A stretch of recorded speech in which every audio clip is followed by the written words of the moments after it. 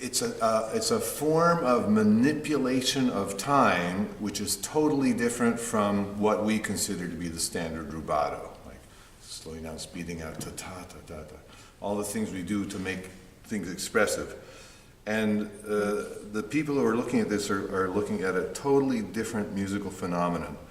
For instance, as I speak, if you listen, if you could analyze, if you could take and measure by the thousandths of a second every word that's coming out of my mouth, and every syllable, the beginning of each word, or the beginning of every syllable of each word, measured by when that consonant actually, when that sibilant or that consonant actually sounds, you would see that it's highly irregular, and yet there are rhythmic patterns in there.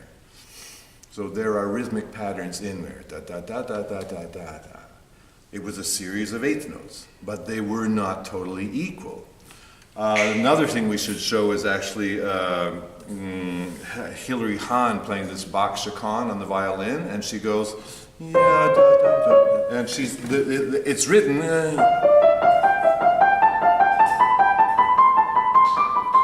and she's going,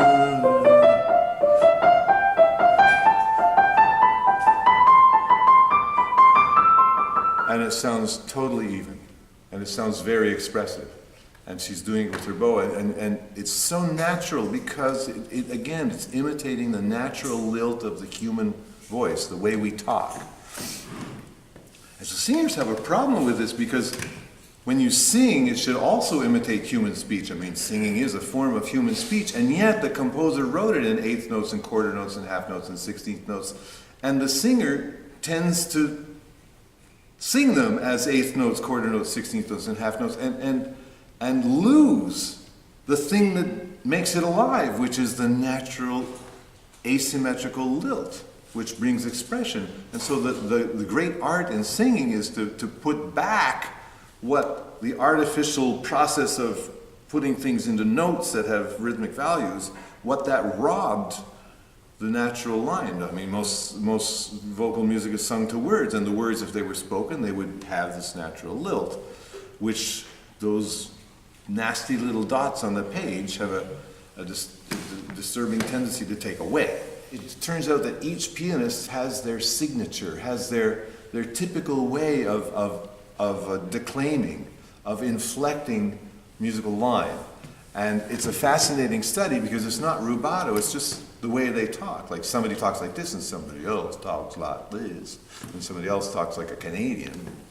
And so it turns out that pianists have their signature. That's why in the old days you could tell who was playing. You could tell whether, oh, that's Rachmaninoff, oh, that's Gieseking, oh, that's Simon Barrère, oh, that's Horowitz, oh, that's whoever, Gilels.